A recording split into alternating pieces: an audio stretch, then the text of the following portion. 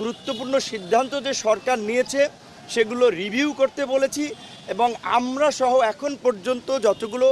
রাজনৈতিক দল আজকের এই সভায় অংশ নিয়েছে প্রধান উপদেষ্টা এবং অন্যান্য উপদেষ্টাদের সাথে তারা পরিষ্কারভাবেই বলেছে 15ই অগস্ট এই অগস্ট হচ্ছে জাতীয় বিপ্লবের মাস। আমরা অগস্ট বিপ্লব হিসেবে এই মাসকে উদযাপন করতে চাই। এটা আমাদের শোকের নয়, এটা আমাদের সুখের এবং শান্তির মাস। কাজী এই 15ই অগস্টকে কেন্দ্র করে যে জাতীয় শোক দিবস, এই স্বৈরাচারী ফ্যাসিস্ট সরকারের যে নেওয়া সিদ্ধান্ত সেটা বাতিল করা এবং ওই দিন সরকারি যে ছুটি ছিল সেটাও বাতিল করে স্বাভাবিক কার্যক্রম চালু করা এবং আওয়ামী ফ্যাসিস্ট শক্তি 15ই অগস্ট থেকে 21শে অগস্টের মধ্যে ঢাকায় যে তাণ্ডব চালানোর একটা মহাপরিকল্পনা নিয়েছে সেই পরিকল্পনায় সরকার যেমন আইনশৃঙ্খলা বাহিনীকে দিয়ে তারা মোকাবেলা করবে, একই সাথে আমরা এই আন্দোলনকারী ছাত্র জনতা নাগরিকদেরকে নিয়ে 2-1 দিনের মধ্যেই জনতার মঞ্চ গঠন করে এই গণহত্যায় জড়িত ঘাতক হাসিনার বিচারের দাবি এবং হাসিনাও তার দোসরদের বিচারের দাবিতে ঢাকা সহ সারা দেশের রাজপথে আমরা অবস্থান নেব। পাশাপাশি আজকে আমরা 14টি বিষয় আমরা প্রস্তাবনা দিয়েছি। দেশের বর্তমান প্রেক্ষাপটে অর্থনৈতিক স্থিতিশীলতা ফিরিয়ে আনতে কোনো ব্যবসায়ীর উপরে আপনার হয়রানি না করা, সবাইকে নিয়ে মতবিনিময়ের মাধ্যমে ব্যবসায়ীদের স্বাভাবিক কার্যক্রমের সুযোগ দেওয়া, 64 জেলা এবং 650 উপজেলা এবং থানা পর্যায়ে ওসি, ইউনো, ডিসি, এসপিদের যারা এই সরকারের সহযোগী ছিল তাদেরকে পরিবর্তন করে সৎ, সাহসী, দক্ষ অফিসারদেরকে নিয়োগদানের মাধ্যমে প্রশাসনিক স্থিতিশীলতা ফিরিয়ে আনা, প্রশাসনের মধ্যে যে পাল্টা এবং অভ্যুত্থানের যে চেষ্টা করা হচ্ছে সেগুলোকে রুখে দেওয়া, এরকম 14টি দাবি আমরা দিয়েছি এবং সর্বশেষ যেটি আমরা কথাটি বলেছি দ্রুত সময়ের মধ্যেই রাষ্ট্র সংস্কার ও জাতীয় নির্বাচনের রোডম্যাপ প্রদান এবং এই যে আওয়ামীপন্থী যে সংখ্যালঘুদের একটি অংশ আপনার যে বিভিন্ন ধরনের প্রপাগান্ডা এবং বিভ্রান্তি ছড়াচ্ছে, নির্যাতন, হামলা মামলার এবং সেটাকে প্রমোট করছে ভারতীয় কিছু মিডিয়া, এই বিষয়ে আমরা সরকারকে জানিয়েছি এবং আমরা অনুরোধ করেছি সংখ্যালঘুদের এই হামলা মামলার বিষয়ে তদন্ত করার জন্য একজন সংখ্যালঘু বিচারপতি কিংবা বিশেষ ব্যক্তির নেতৃত্বে একটি তদন্ত কমিটি করে এই ঘটনার বিষয়ে আপনার ব্যবস্থা নেওয়ার এবং উপদেষ্টাদেরকেও আমরা সংখ্যালঘুদের সাথে মত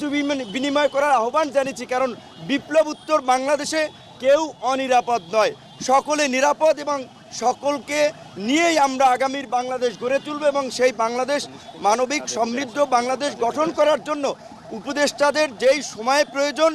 যেই সহযোগিতা প্রয়োজন তার সবটুকুই সব রাজনৈতিক দল করবে, সেই কমিটমেন্ট উপদেষ্টাদেরকে তারা করেছে। আমার একটা প্রশ্ন হচ্ছে কি, যেহেতু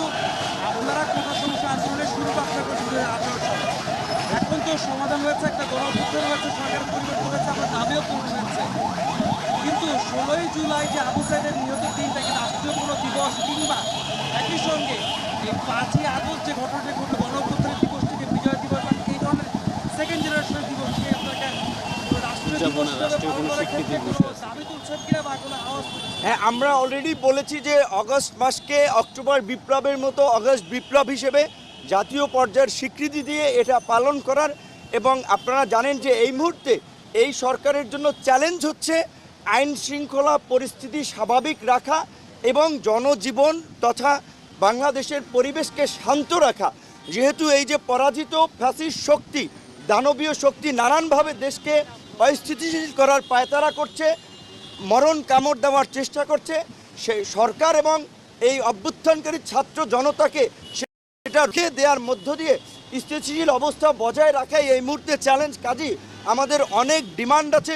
অনেক কিছু বলার আছে। আজকে আমরা অত বিস্তারিত আলাপে যাই নাই, 14 দফা দিয়েছি এই পরিস্থিতি নিয়ন্ত্রণ করার জন্য। 15ই অগস্ট নিয়ে যেহেতু আপনার 2-1 দিনের মধ্যেই দিবসটি আসছে, সে বিষয়ে সব রাজনৈতিক দল বলেছে, আমরা সেই বিষয়ে সিদ্ধান্ত দিয়েছি আবু সাইদ সহ নিহত সকলের পরিবারকে যথাযথ ক্ষতিপূরণ দেওয়া, দ্বিতীয় মুক্তিযুদ্ধের বীর শহীদদের সঠিক তথ্য এবং তালিকা করা, মুক্তিযুদ্ধের শহীদদের মতো যেন তাদের প্রতি অবিচার করা না হয়, ভুল তথ্য না থাকে, সেই বিষয়গুলো আমরা জানিয়েছি। উপদেষ্টারা কাজ করবে। এখন স্থিতিশীলতা, শান্তি ও স্থিতিশীলতা ফিরিয়ে আনা এবং ফ্যাসিস্ট আওয়ামী শক্তি যেন মাথা চাড়া দিয়ে উঠতে না পারে, পাড়া মহল্লায় জেলা উপজেলায় সেই কাজটি করাই এখন ছাত্র জনতা নাগরিক সবার দায়িত্ব। প্রশ্ন করুন। বজায় রাখা এবং সংস্কার করার এবং আওয়ামী লীগ যেন মাঠে যায়। তাহলে এই সংস্কারগুলির জন্য আপনারা এক্স্যাক্টলি আসলে মনে করছেন যে কতটা সময় এই সরকার পেতে পারে বা পাওয়া উচিত, আপনার কি মনে হয়? না, এখন দেখেন আমরা তাদেরকে বলেছি যে আপনার এই দ্রুত সময়ের মধ্যে টাইম বলেছি না, আমরা এই মুহূর্তে উপদেষ্টাদেরকে বিব্রত করা বা চাপে রাখার জন্য সময় কিংবা টাইম ফ্রেম নিয়ে কোনো আলোচনা করি নেই, বরঞ্চ তাদেরকে আমরা শতভাগ কনফিডেন্স দিয়েছি তাদের যতটুকু সময় এবং এই অভ্যুত্থানকারী জনতার পক্ষ থেকে যত ধরনের সহযোগিতা আমরা করব। আমরা এটা নিয়ে অস্থির নয়, অন্যদেরকে আমরা ধৈর্য ধরার আহ্বান জানাবো। ডক্টর মোহাম্মদ ইউনূস ক্ষমতা লোভী না, তিনি ক্ষমতায় থাকবেন না।